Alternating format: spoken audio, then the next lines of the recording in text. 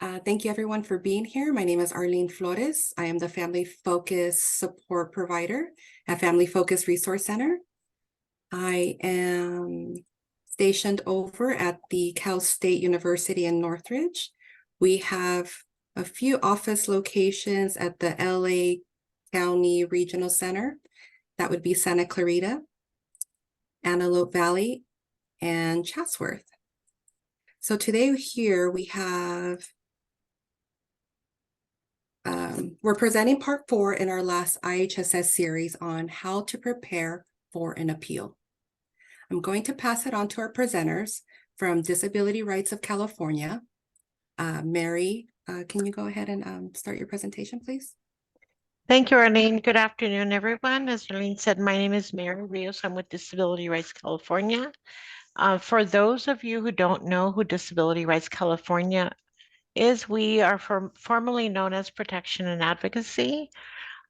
We are a public interest law firm. We provide services to people with disabilities throughout the state of California. We cover a large area in terms of services, from special education, regional center services, public benefits such as in-home supportive services, Medi-Cal, Department of Rehab services, and many more other services. We have offices throughout the state of California, in Sacramento, Oakland, Los Angeles, and San Diego. We also have smaller locations such as Modesto, Fresno, and Ontario.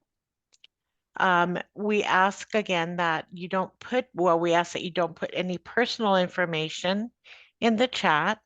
We will pause from time to time to ask any questions, and we also will provide all this information to our to Family Focus Resource Center to share with you. So with that, I will go ahead and turn it over to our presenter, Maria Iriarte. Thank you, Mary. Thank you, Family Focus Resource Center, for inviting us to do the last part of the 4-part series on what happens after someone receives a notice of action. So today we're going to talk about what is a notice of action? What does it mean to appeal? How does one prepare for a hearing? What happens during the hearing? Who's at the hearing? And some things that should be happening after the hearing. So let's start with our case. We have a 12-year-old boy by the name of Emilio. He's a child with autism and auditory processing disorder. He's been getting protective supervision, which is a service under the IHSS program. He has Medi-Cal, so that's how he is able to. That's how he was able to apply for IHSS, because IHSS is a service, a Medi-Cal service.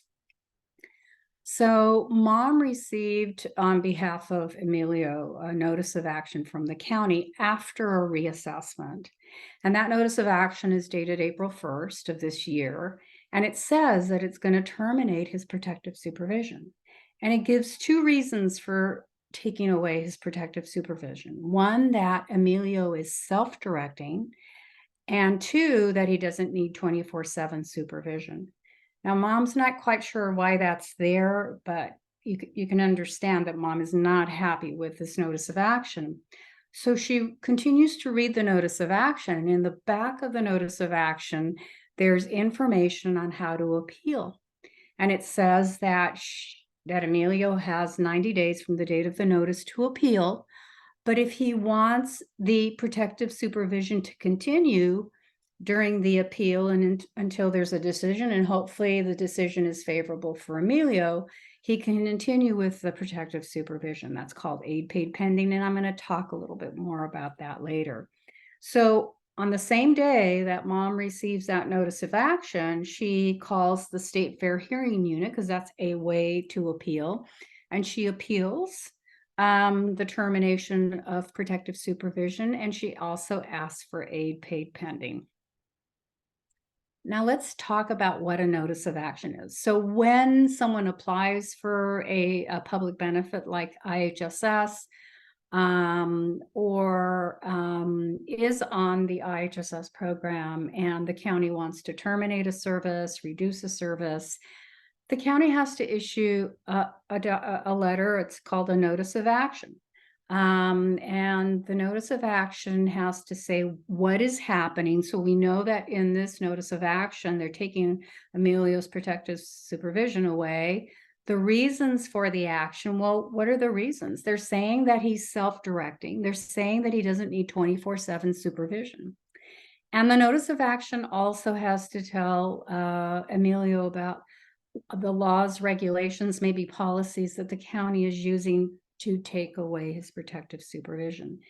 And importantly, his appeal rights. So we talked about 90 days to appeal a decision from the date of the decision, but there is something called aid paid pending.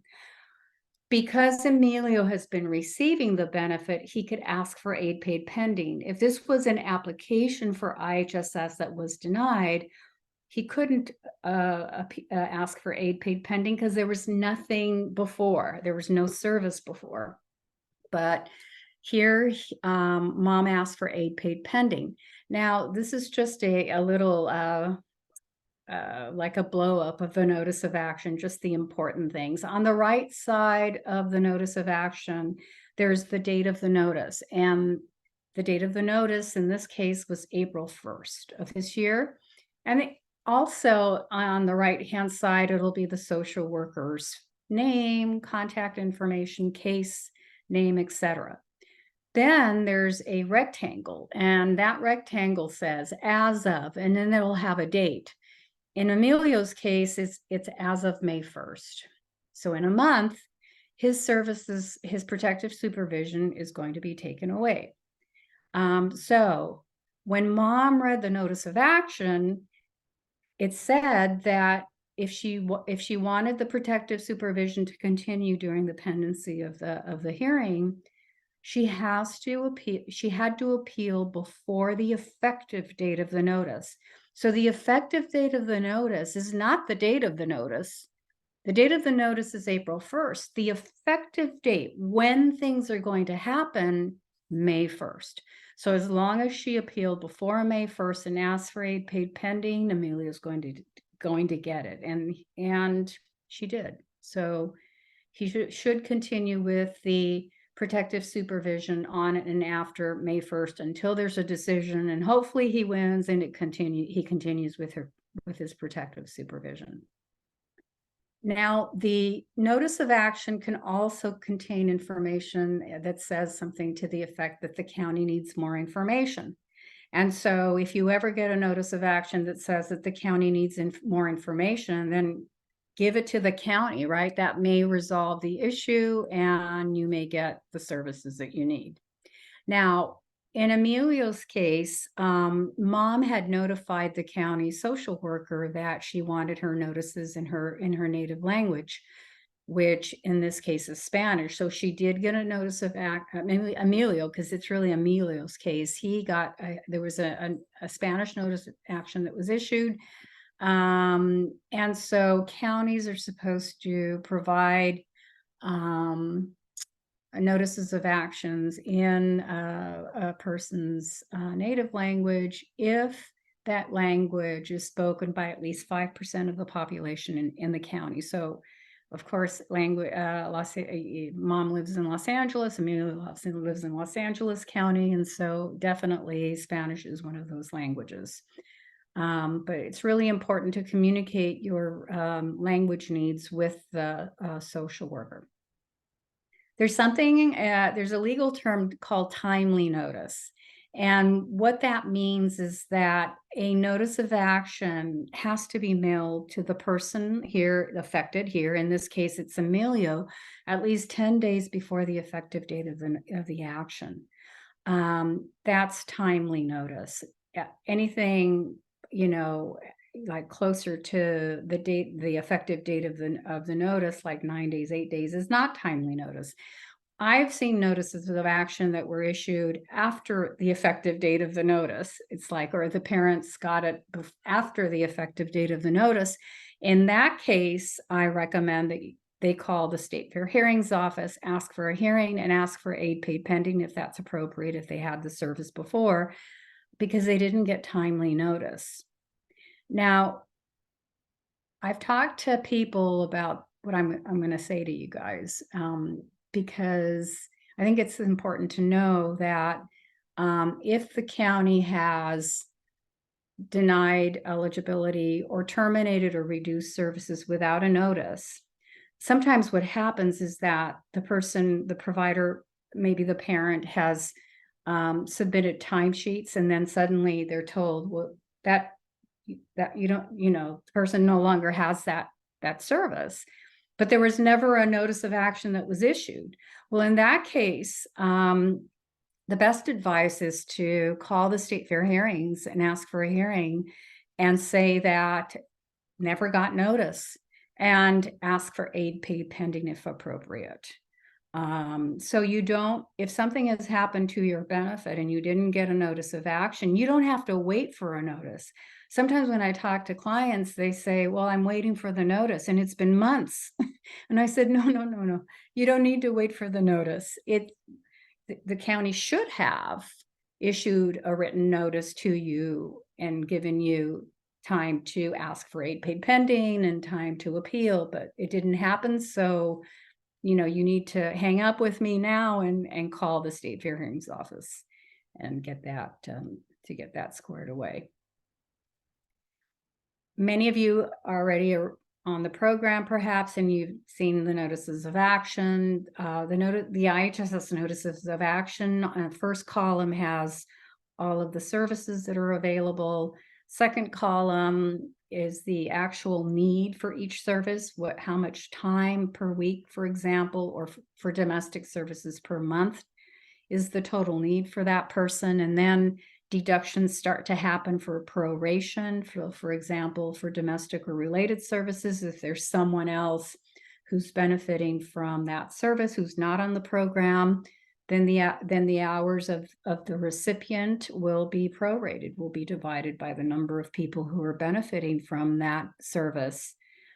So for example, if I live with someone else and the provider makes my meals, but the person I live with eats the same meals the provider cooks for me, then my hours, let's say my total need is 10 hours a week of meal prep, but this person is benefiting from all the meals. And so those 10 hours are going to be divided by two people who are benefiting, me and the other person I live with. And so from a 10-hour need, I now have 5 hours a week in, for example, meal prep. And then there's another column in the notice of action that actually decreases your time for alternative resources. So for example, if I go twice a week to a day program and they provide breakfast and lunch, well, that time that another agency is giving me that service and that IHSS like service, that time is going to be deducted from my total need. It's, so from your total need, there might be deductions for proration, for alternative resources. Now, things to consider when you're appealing. If you're going to need an interpreter, you can ask for it at the time you appeal. I've had people not ask for an interpreter because they think they can do the hearing in English. And then they realize at the hearing that they're really not understanding. They can stop the hearing and ask the judge for an interpreter. And so what the judge will do is that the judge will try to locate an interpreter because they use a language line service. And so they might be able to locate an interpreter there and then. But if the judge can't locate an interpreter, then the judge will have to continue the hearing to another day so that they can have an interpreter. Don't be shy about this, because at the end of the day, what the interpreter interprets in English is what your testimony is going to be. And you want to make sure that it's correct. And you also want to make sure that you're understanding what is being said by the other side, right? I have to say that I'm not very impressed with the interpreters I've had in the last number of cases. In my last hearing, we had to continue the hearing 3 times because the interpreters were really bad, and we hadn't even we were just in the instruction phase of the hearing. That's in the beginning of the hearing. The judge was giving instructions, and I objected to the interpreter. The county objected to some interpreters. We had an interpreter who hung up on us during the hearing because we were complaining too much. And at the end of the day, the judge said, look, I'm going to have to find an interpreter that's going to work for us. So on the 4th try, we did have a decent interpreter. So don't be shy about complaining. A tip that I can give you is bring someone to the hearing who knows both languages, your language and the English, just to make sure that things are being interpreted correctly, because every word matters. It really does. And stop the hearing if it's not happening. If the IHSS recipient needs a reasonable accommodation, let's say that the person's going to be at the hearing, but can't sit for more than 45 minutes, needs a break due to his disability. So you can ask the Fair Hearing Office for a 10-minute break every 45 minutes while in the hearing. So whatever the accommodation is, if the parent or anyone else who has the disability who's going to be present, maybe the authorized representative for the claimant is the person who filed for hearing. If that person needs an accommodation, then that person should ask for whatever accommodation. Subpoenas, you have to get permission from state fair hearings to get a subpoena and subpoenas are 2 kinds, to compel someone to come to the hearing, to give testimony, or to compel that documents be brought to the hearing. You can do both. So for example, if I were to do a hearing and I find out through talking to the person who's going to represent the county that the social worker who did the assessment is not going to be at the hearing, and I want that person to be at the hearing because I want to cross-examine that person, I want to ask questions of that person, I might want to subpoena the social worker to the hearing. In other words, compel the person to come to the hearing and testify. Or if I realize that there are documents that the county's not going to submit at the hearing and use as evidence, and I think that the documents are important for my position, I would want to compel documents to be brought to the hearing. You can continue your hearing the first time without too much problem. But every time thereafter you continue your hearing, you're going to have a really good reason. So let's say in Emilio's case, mom, and the hearing is in 10 days. She hasn't gotten the letter from his doctor. That's really important. And so, so she calls the doctor's office and they say, look, the doctor's on vacation. He's not going to be back until, he's gone for 3 weeks. So the she's not going to have that letter ready in 10 days for the hearing. So she should call the State Fair Hearings Office and say, look, first, if let's say this is her second time to postpone, I'm waiting for my doctor's letter that I'm going to use at the hearing, and he's on vacation, and I need to have this continued. And so hopefully they do continue the hearing. Everyone has a right. Everyone who appeals a notice of action has a right to an in-person hearing. But what's happening now is that when you get your notice that says where and when the hearing is going to take place, they're giving people hearings by phone. But in the case of Emilio, when mom gets the notice as to the time and place of the hearing, it's going to say by phone. And mom says, no, I really want to be in person. I want Emilio to be there. She can call the State Fair Hearings Office and ask for an in-person hearing. And they're going to say to her, but you realize that the day that we have set for the hearing is going to have to be postponed. It's going to go, and we don't know, we'll let you know when. She'll say, okay, yes, that's fine. At times you could ask for a video hearing also.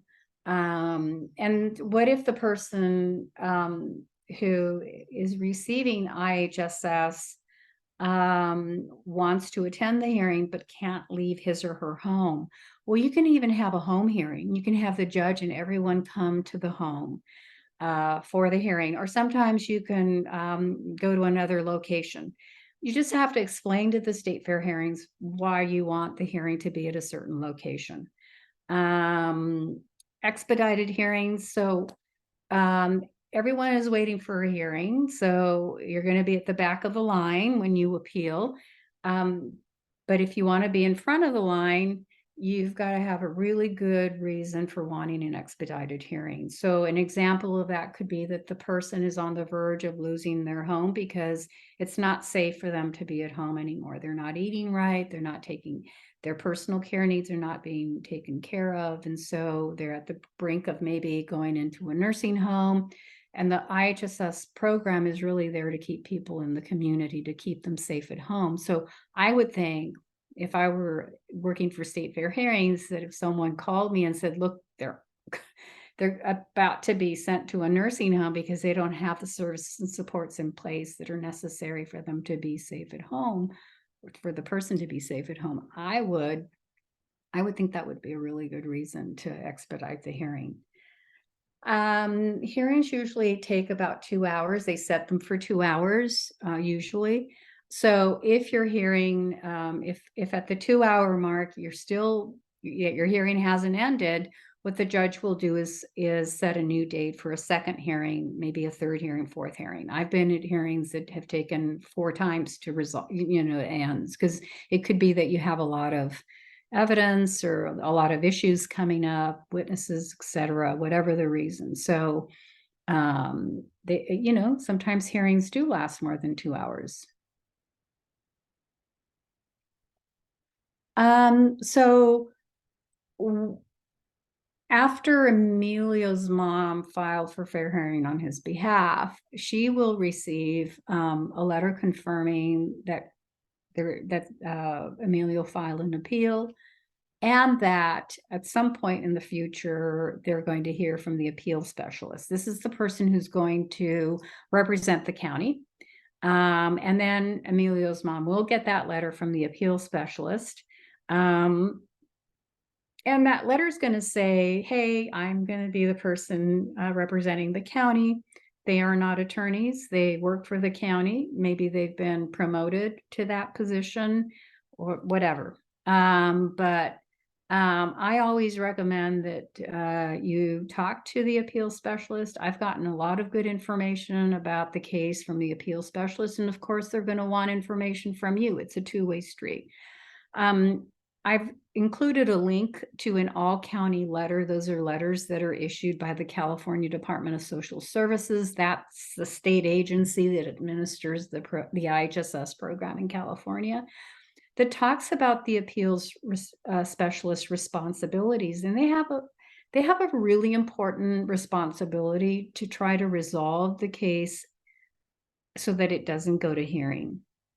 But I have to say, I've spoken to appeals specialists who really wanted to resolve the case before the hearing, but the social worker or the supervisor were just dead set about this case and wanted to go to hearing no matter what. So, I mean, I think despite all this nice language about, the appeals specialists trying to resolve the case so that it doesn't go to hearing, I think sometimes they can't.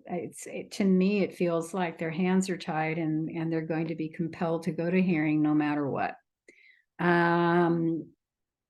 Sometimes when that happens and I'm in a hearing, I may bring up the fact that, we tried to resolve this case and social worker or the supervisor were dead set against it. And this is a case that shouldn't have come to hearing, Your Honor. I mean, why not? Let the judge know what happened, up until the time of the hearing. Sometimes it's important. So after that letter from the appeal specialist, Emilio's mom is going to get a letter that has the date, time, and place of the hearing. So when we're talking about appeals, we also have to talk about procedures. Like what are the procedures that need to be followed when you're going to appeal a case before a state fair hearing? So we're going to go to each of these 3 links. But so remember I said the California Department of Social Services, they administer, CDSS is the acronym, they administer the program in the state of California. So we're going to go to the hearings and appeals section of CDSS.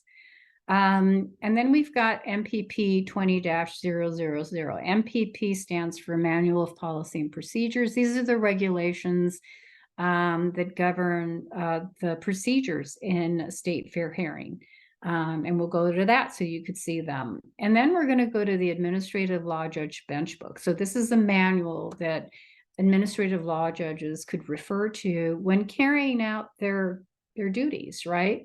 Like what do they do in a certain situation? I find it useful because depending on the issue, when I go to the bench book, I could figure out what it is the judge is looking for, right? And then tailor my request to cover what it is the judge is looking for. So I'm going to go ahead and stop sharing, and we're going to go to the CDSS website first. So you see up here, it says California Government, CDSS, Department of Social Services. And we're going to go to the first link. So this tells you about state fair hearings. On the right-hand side, it talks to you about how to request a hearing. So you can request a hearing online. It even tells you how to request an expedited hearing, gives you a phone number. You can even request a hearing by writing. I've always done it just by calling the State Fair Hearings Office and doing it that way. If we hit the how to request a hearing online, there's a link. We're going to hit that, and we're going to go to something that's called the Appeals Case Management System. So in Emilio's case, mom now has appealed. She can create an account, an Appeals Case Management System account, ACMS account. So it says here, create an account. She's going to establish a username, a password.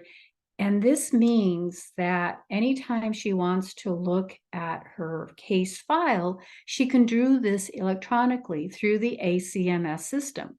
So she can what's in her file, like her appeal, any documents the county may have submitted to state fair hearings.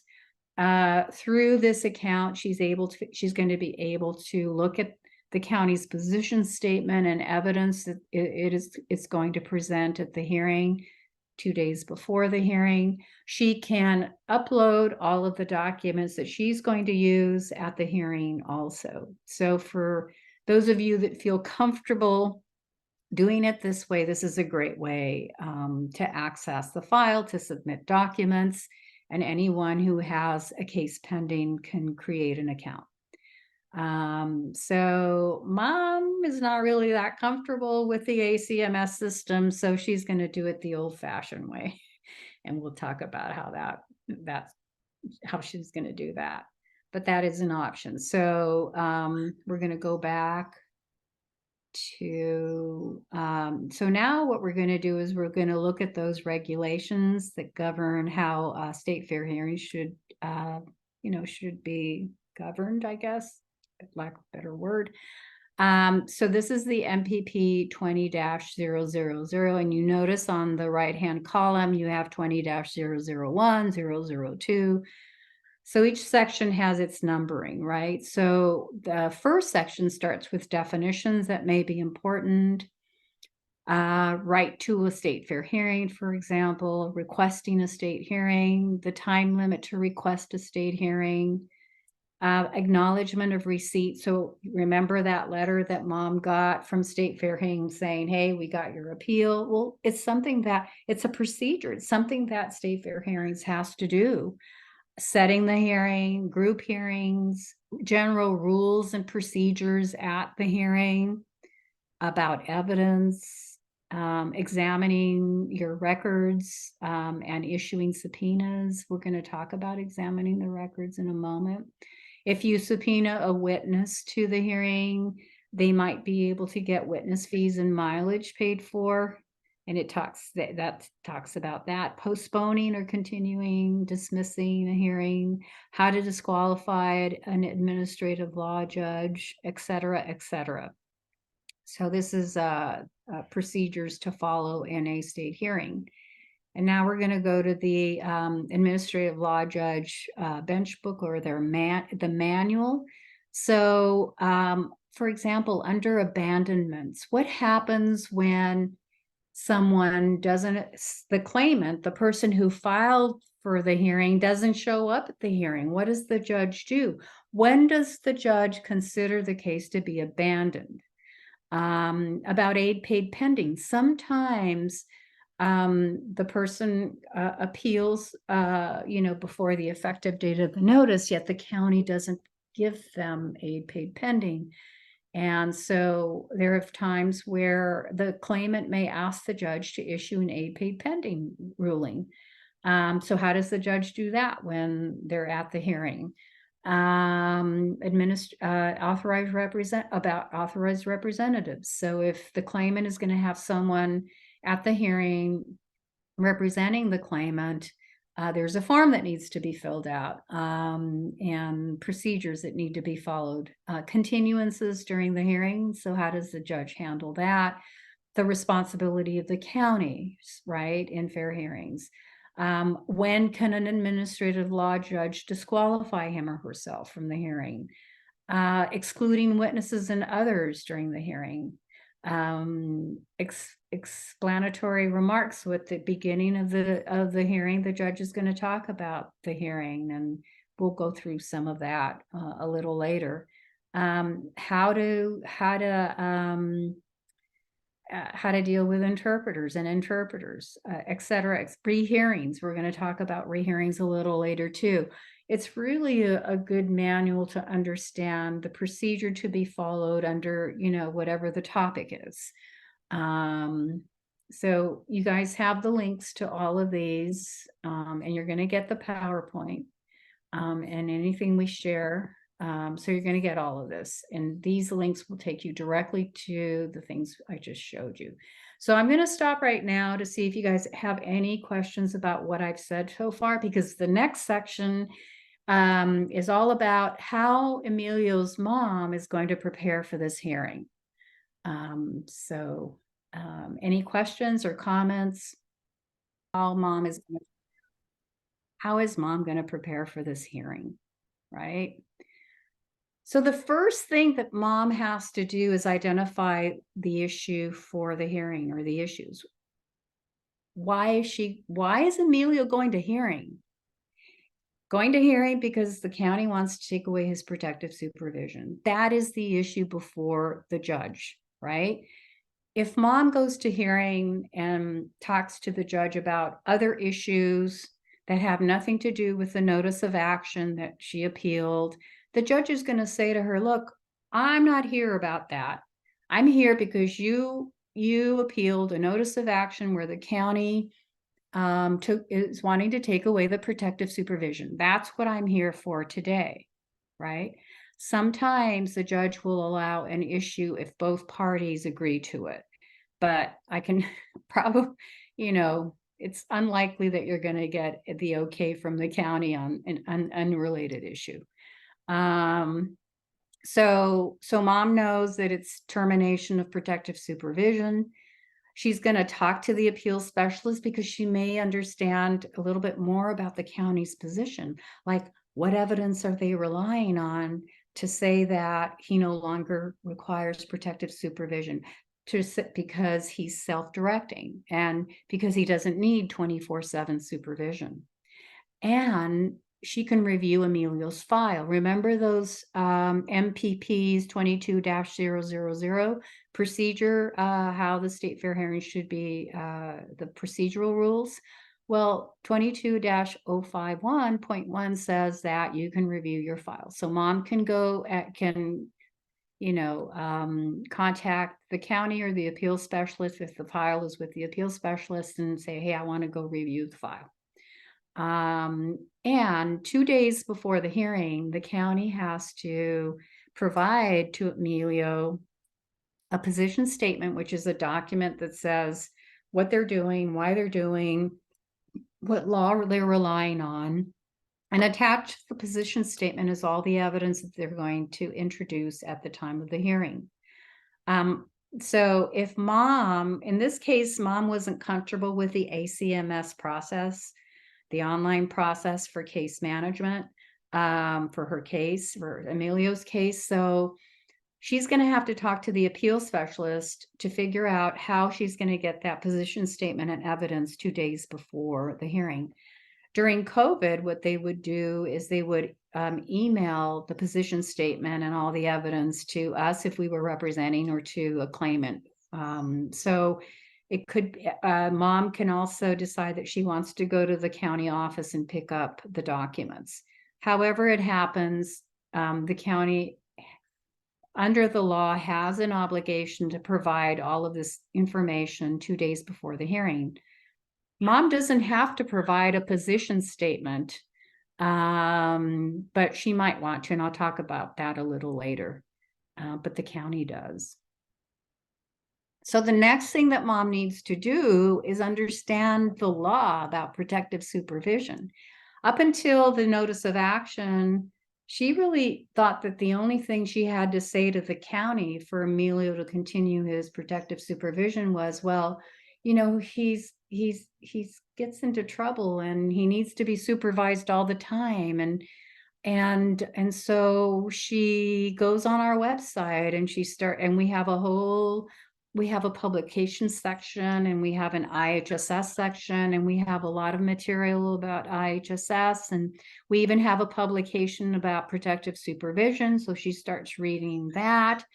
And then she comes across the All County Letter 15-25, which was issued by the California Department of Social Services, which talks about protective supervision for minors. And so she reads up on that. She reads that, and then she looks at the regulations, the IHSS regulations. Here's the link that will take you to the regulations, and you note that it starts with 30-700. The regulations with regard to procedures start at 20-000. So after reading all of this material, she now understands why in the notice of action, there were 2 reasons. She understands the reasons for terminating the protective supervision, that Emilio's self-directing and that he doesn't require 24/7, because the criteria for protective supervision is that the person has to have the ability to get into trouble, physical ability to do so. And you can be in bed, you can be in a wheelchair and still get protective supervision. So it's not just for people who are actually mobile and can walk and move.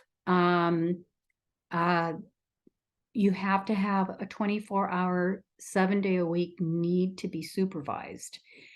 The protective supervision hours will not cover 24/7 supervision, but there is a criterion that the person need to be supervised 24/7. Also, the person has to have a mental disability. It could either be developmental, it could be traumatic brain injury, it could be a mental health disability, dementia, Alzheimer's, some type of mental disability that because of it, the person is non-self-directing. What does that mean? It means that the person doesn't understand that the behavior that the person is doing or is about to do is going to cause him or her injury. So it's to protect the person from themselves. It's not to protect others. So if the only behavior is that the person is aggressive towards others or aggressive towards things, then you're not going to get protective supervision. So there's got to be the person has to be non-self-directing, meaning that the person doesn't understand that what the behavior that they're doing or about to do is going to cause them injury, right? That is non-self-directedness. So the county in the notice of action is saying that that Emilio is self-directing, that his autism and his auditory sensory processing disorder doesn't prevent him from understanding that his behaviors are going to cause him injury. And so, and then the last criterion is that for children, and this is only for children, you have to show that the child with a disability needs more supervision than a child without a disability of the same age. But that criterion is not in the notice of action, and neither is the one that he's likely to engage. He has the physical ability to engage in dangerous activities. The two criteria that are in the notice of action are that he's not self-directing and that he doesn't need 24/7 supervision. So now mom understands that there's this criteria that needs to be met, and that the county is saying that he doesn't meet 2 of the 4 criteria for protective supervision. So the next thing that mom needs to do is to gather evidence to show why Emilio is non-self-directing, why Emilio needs 24/7 supervision. So where is she going to get this information? Perhaps because he's a special ed student, it'll be through the IEP, or maybe there's a triennial report. He's a regional center client, so maybe a current IPP has information that will be helpful. She's going to want to talk to her Emilio's doctor or specialist to see to get records from that person, and also get a letter where the doctor or specialist talks about why Emilio is non-self-directing, why Emilio needs 24/7 supervision. Now, I say this: when you are asking someone to fill out a form or write a letter, you need to explain to the person what you're doing. And in this case, mom needs to give Emilio's doctor information on protective supervision, the criteria, what it means. The doctor may have no idea what this program is, no idea what the criteria is. So it's really important to educate the person about the program and the criteria so that the doctor or specialist or whomever can write a really good letter. And so I did this in a case where we got the doctor to explain why the child was non-self-directing. And the doctor went into the disability and talked about the disability. And then the doctor started to give all kinds of examples of behaviors that the child exhibited. Now, where did the doctor get that information? From the mom, because the mom would talk to the doctor about all this stuff that was happening every day. And so the doctor had information to put in the letter about behaviors that pointed to someone who is obviously non-self-directing. So for example, he would hit his head against the wall and not stop. Because he wouldn't stop, and he didn't understand that by hitting his head against the wall time and time again that he would injure himself or elope. He would leave the house and get lost, and that places himself in danger when he does that, right? And there were other behaviors. So there were lots of things to say. And the doctor also in that letter discussed why he needs 24/7 supervision, because his behaviors can happen at any time, morning, noon, and night, right? Anytime. And so, and give examples of things, that maybe something that happened at night when he went to bed and then got up. So other Mom had Emilio's doctor fill out an SOC 821. It's a form that the county requires when someone is asking for protective supervision. And it asks a health professional to rate memory, orientation, and judgment. And in Emilio's case, the doctor put that his memory, orientation, and judgment was severe. But that that alone will not give Emilio protective supervision. So filling out the SOC 821 with all categories severe doesn't mean that you're going to get protective supervision. What the social worker will do is use that form along with other evidence that's gathered. And then based on everything, the social worker will determine whether the person meets the criteria for protective supervision.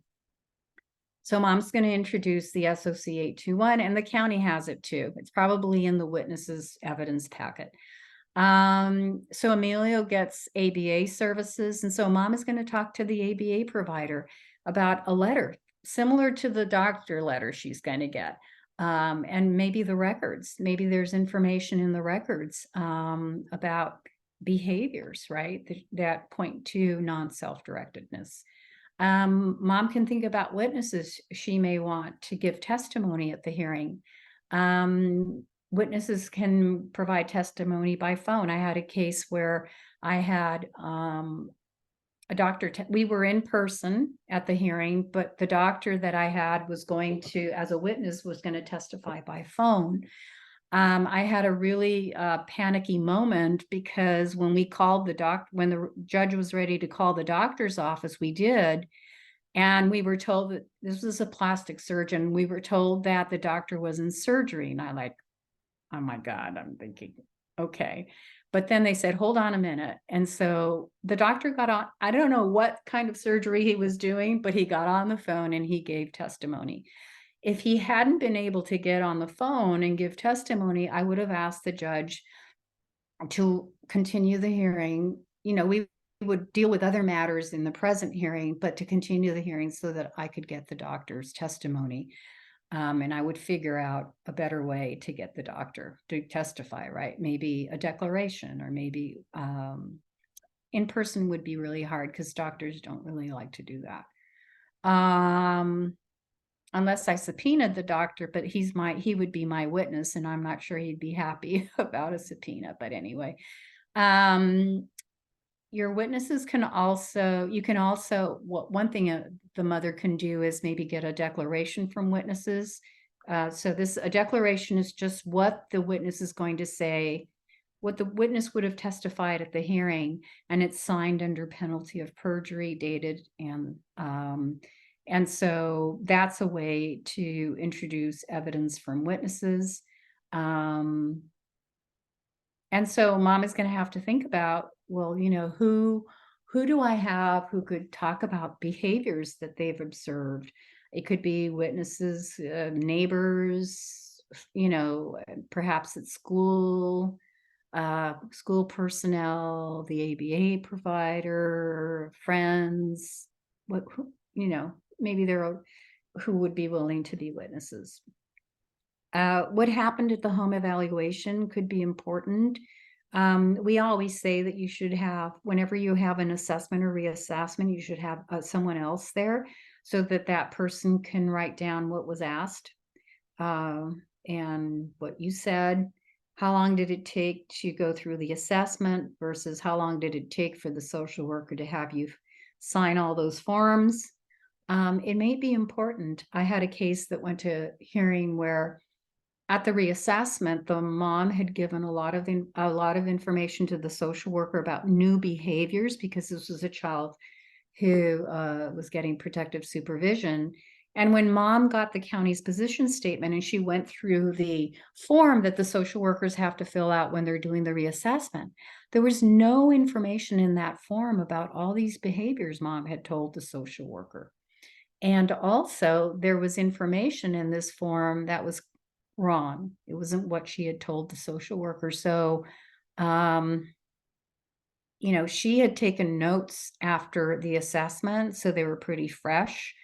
And so we used the notes, and I also prepared a declaration for the mom to sign about the home evaluation, because things were not there that should have been there, and some things that were there were just clearly wrong. And so mom had to bring it up at the time of the hearing.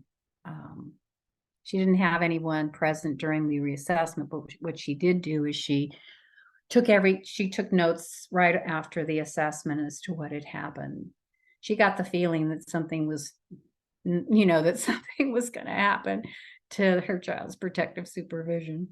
Emilio's mom may want to start a hazard log if she hasn't already, where she jots down all for every day, what behaviors, what happened, was he injured, was he not injured? You don't have to be injured to get protective supervision. What interventions took place, how long did it take before the person, stopped the behavior, etc. Those could be very valuable. So if you're a regional center client, there's a form called the CDER, CDER, and it's an acronym, and someone at a prior training asked me what it stands for, and we had to look it up. But it's a document that describes the person's memory, judgment, confusion, disorientation. There may be good information in the CDER about Emilio. Videos, photos, we talked about videos earlier.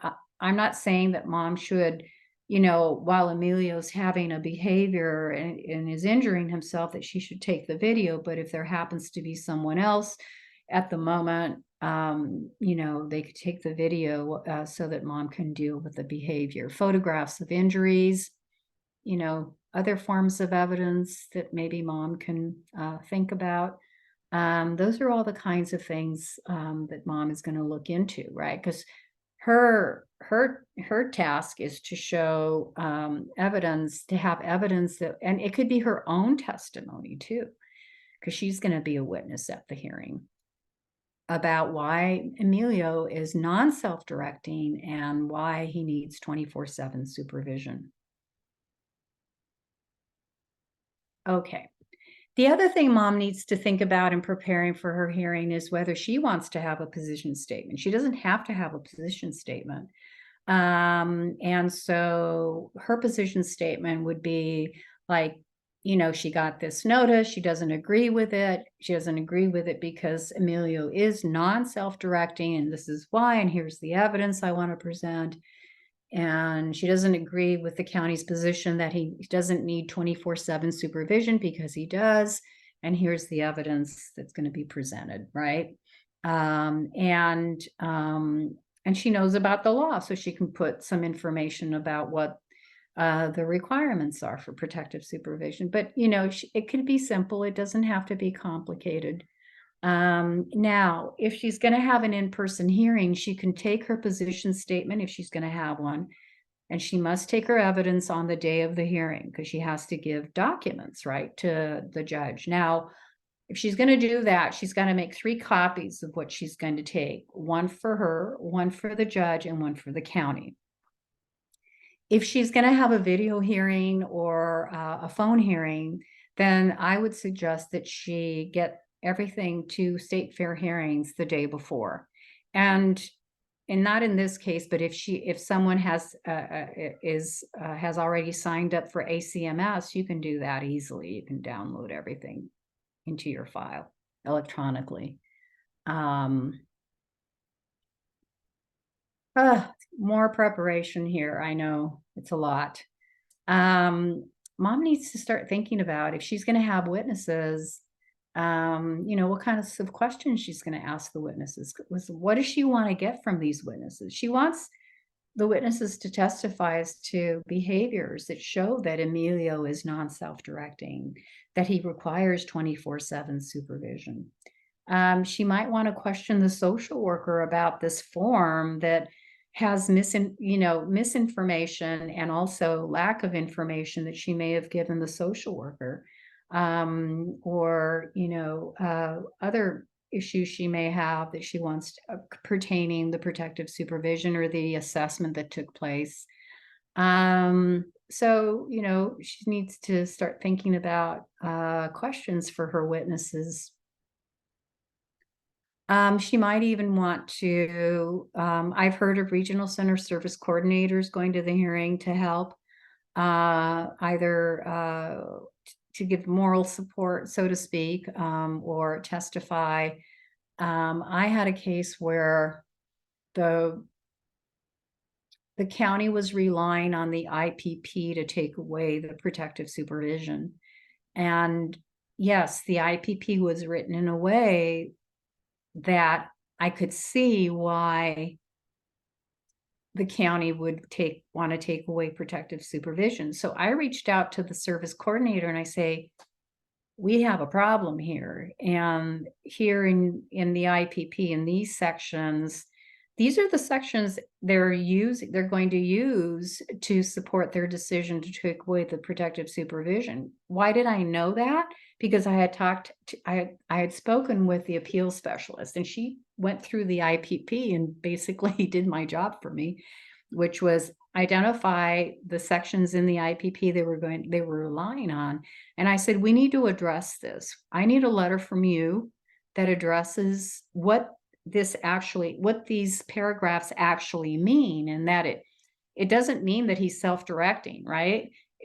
They're goals. And so she did. She wrote a really good letter and we presented it at the hearing.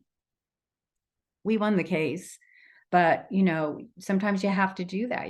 There are documents that are not going to be that helpful, that you're going to need to have the maker of the document explain further, right?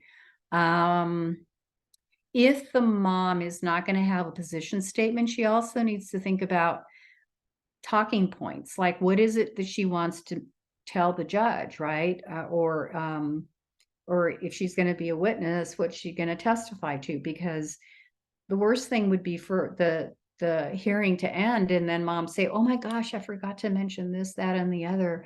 It could be critical to the case. So, you know, she wants to make notes or talking points about everything she wants to cover at the hearing.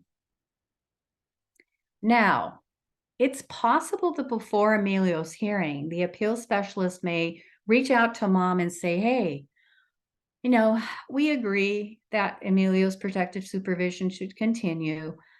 And of course, mom is going to be so happy. And the social worker is going to say, but we need to sign a conditional withdrawal. It's a document. And so mom says, okay, that's fine. Mom just needs to make sure that the language in the conditional withdrawal is fine, you know.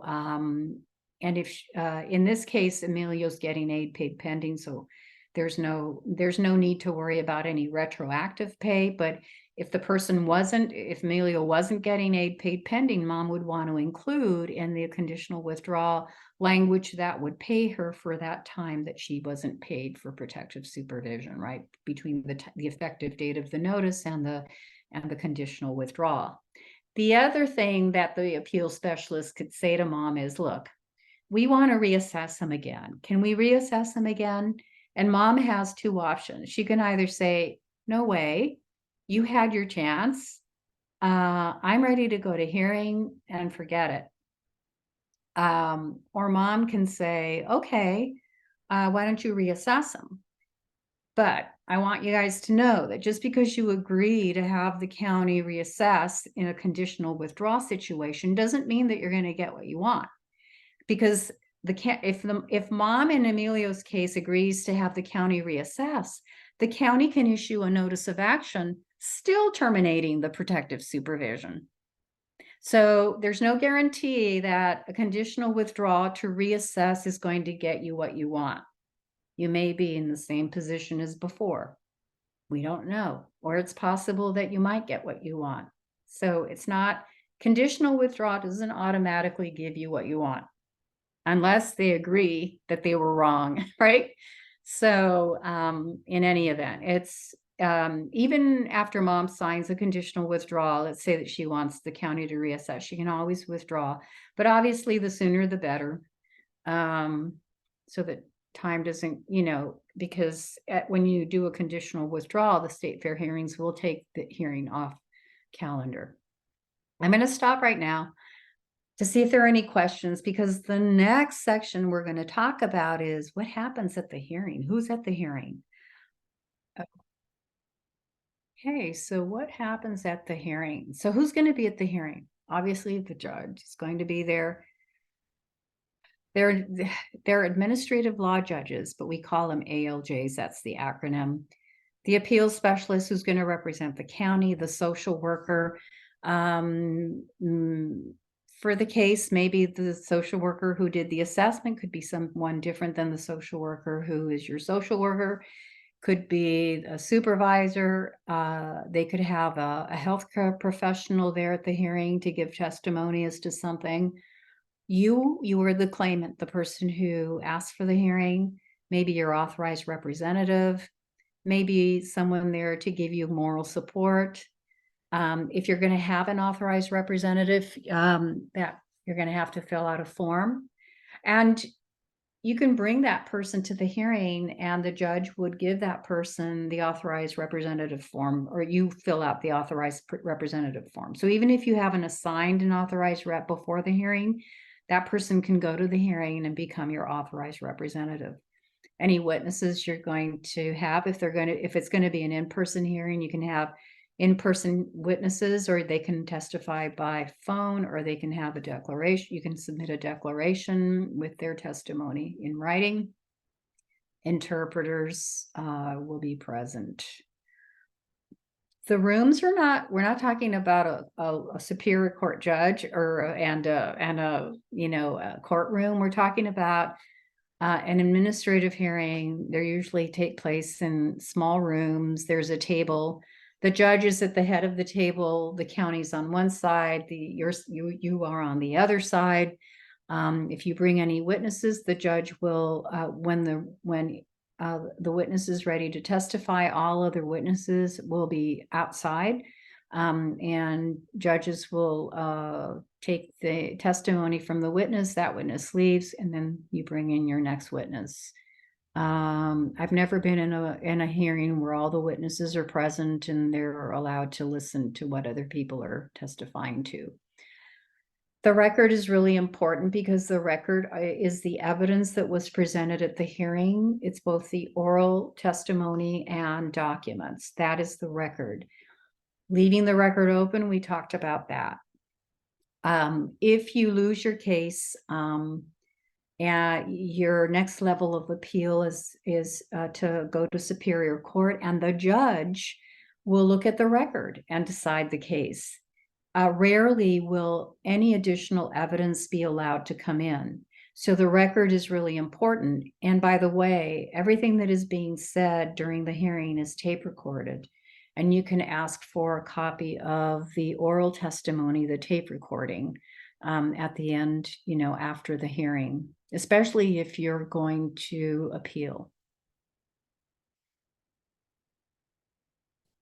Okay, hold on a minute. I'm getting here. Okay, so the general sequence of events at a hearing. So the judge will, judge is typically already in the room when everyone goes into the room. The judge is going to swear any witnesses who are going to testify. The judge will review the evidence that was brought to the hearing by both sides and see if anyone has any objection to any of the evidence that's being presented. And then the judge will then decide what evidence to admit, meaning it's going to be part of what the judge will consider in making a decision. Then the judge will go to the county. And so in Emilio's case, the judge is going to ask the appeal specialist, well, okay, what did you guys do and why did you do this? But in a case where someone has already gotten protective supervision, the county has the burden of showing what changed between last year when they gave Emilio protective supervision and this year. So what is your evidence, county, as to why now Emilio is self-directing, as to why now Emilio doesn't need 24/7 supervision? I was in a hearing where the county said, well, what did they say? Something about the judge, the supervisor was there, and the judge asked the supervisor, well, did you look at the prior? So what did you consider? What was your evidence? And they said, well, just our evaluation, and what had you considered before last year to continue the protective supervision for this child? And they said, well, we looked at the IPP. Well, did you look at the IPP from this year and compare it to last year's IPP to explain why now this child should lose his protective supervision? And the county couldn't. They didn't look at anything before. They really didn't have an explanation as to what had changed from the prior year. And the judge said, well, I'm going to leave the record open, because the judge can even leave the record open. I'm going to leave the record open for you, county, to look at the prior IPPs and the prior information, and you tell me what changed between last year and this year. And I objected. I said, Your Honor, this is not the first time they addressed this issue at an administrative hearing. They knew that they had to do this, and they didn't. And the judge allowed it to happen anyway, right? Despite my objection. I'm like, they don't, they had the opportunity to prepare. They knew that they had to show what had changed, and they didn't have an explanation. I should win this case today. I didn't say that to the judge, but that was my implication at the hearing. Like, why are you allowing them? You're giving them another chance to try to win this case. And the judge did.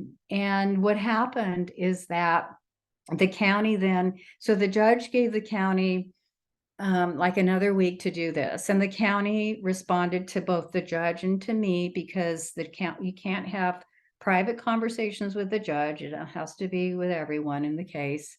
And the county said, well, we couldn't locate the prior IPP, but we looked at an IPP that was like 3 years old, and really nothing has changed. We won the case because the county didn't meet its burden to show what had changed. Despite the judge allowing giving in my opinion, the county a second bite at the apple here.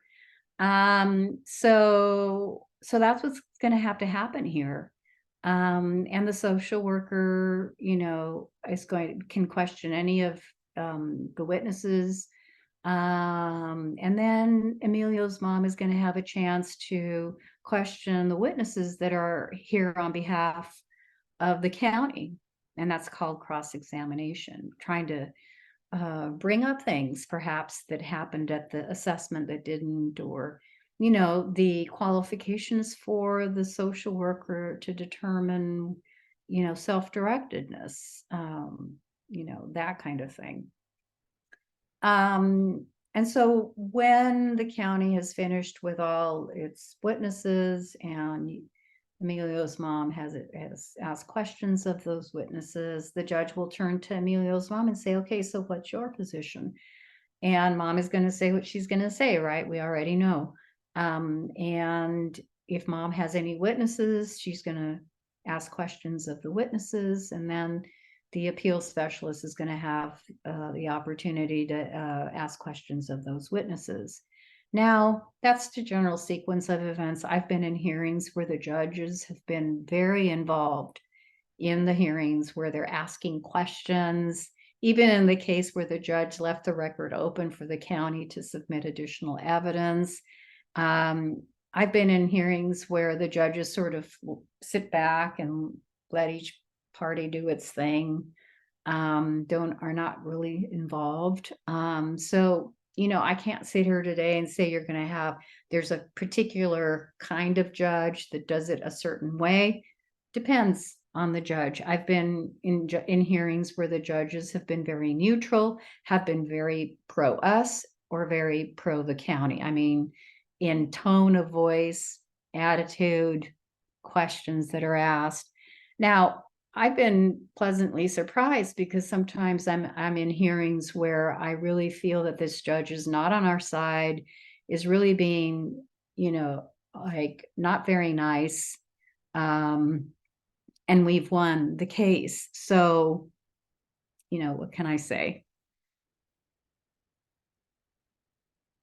I've also been at hearings where I thought, like the case of the little boy with the skin condition, I thought I had that one in the bag. I thought I won that case when I walked out. And then I get this decision where the judge finds that the county's doctor, his testimony weighed more than my kid's doctor. And then I had to go to the Superior Court and I won the case there. So who knows, you know. After all of the witnesses have testified, like I said before, the judge will close the record, so no additional evidence can be brought in unless the judge allowed the record to be open. So the judge will then give instructions as to next steps and a timeline for the decision. The decision is what the administrative law judge decided based on the law and the evidence presented and admitted. Now, let's say in this case that the judge found in favor of Emilio that he should continue with his protective supervision. But then the director of CDSS changes the judge's decision. That's called an alternated decision. And yes, they can do that. So what mom got was the administrative law judge's decision, but it has void on it. And on top of that decision, an alternated decision from the director. But the director just can't willy-nilly say, I want to change the decision. The director has to use the same evidence and the law to decide that the judge was wrong in his or her decision. I've had alternated decisions that we went to Superior Court on, so they weren't always correct, but they can do that. And so the decision or alternated decision will have appeal rights. And like I said before, you have the right to appeal to Superior Court. And what you do is you would file a writ of administrative mandamus. It's the way to do it for these kinds of administrative decisions. And the Superior Court judge will look at the record and decide whether decide the case or send it back, remand, that's called remand, back to the administrative law to state fair hearings for another hearing, perhaps. Also, the decision will have something about a rehearing, and I'm going to talk about that in a moment. If you do go to Superior Court and you win your case, you can ask the judge to award attorney's fees so that your attorney could get paid. You can go to Superior Court and represent yourself, but it's, I'm sure people have done it. But if you could find an attorney, probably better, right? So that's the good thing about going to Superior Court. Maybe you'll win your case, and if you do, you'll get your attorney's fees could get reasonable attorney's fees can get reimbursed. If you are going to appeal and go to Superior Court and you're looking for an attorney, the attorney is going to want to look at the record, the oral evidence, which was recorded, and you're going to want to get that recording from state fair hearings, and the written evidence that was submitted by you and the county and admitted by the judge, right? So, because the attorney wants to, make sure that the case is worthy of going to Superior Court. So rehearing, you have 30 days to ask for a rehearing after receipt of the decision, and you have to state why you want a rehearing. So did the judge not allow you to include material evidence that would have been crucial, right? Or did the do you think that the hearing was unfair for some reason? Do you think that the evidence that you presented should have been given more weight than the evidence that the county presented? Was this and so state why you want a rehearing. You have to also state the date that you got the decision, because they're very picky about the 30 days. And if you're going to submit any evidence, you're going to have to show why it wasn't available at the time of the original hearing, why it's material. In other words, why will it change the decision? And the decision will actually tell you where to send it. It's not automatic. Not everyone gets a rehearing, but remember, you do have your next level of appeal from the decision is to go to Superior Court. And you have a year to go to Superior Court, but you don't want to wait that year. Of course you don't. You want to do it as soon as possible. Complying with the decision. So remember the procedural regulation, there you go, 22-078 says that the county has to initiate action upon receipt of the decision. It has to comply, and it has to submit a compliance report with state hearings within 30 days. So if the county didn't do that within 30 days, has not complied with your decision, you can contact CDSS and complain. But I say better than that, contact State Fair Hearings and to let them know that the county hasn't complied, and they'll initiate compliance. So CDSS and or State Fair Hearings will make sure that the county complies with the decision. Because sometimes it doesn't happen, they're not compliant, county's not complying with the decision. And so what do you do, right?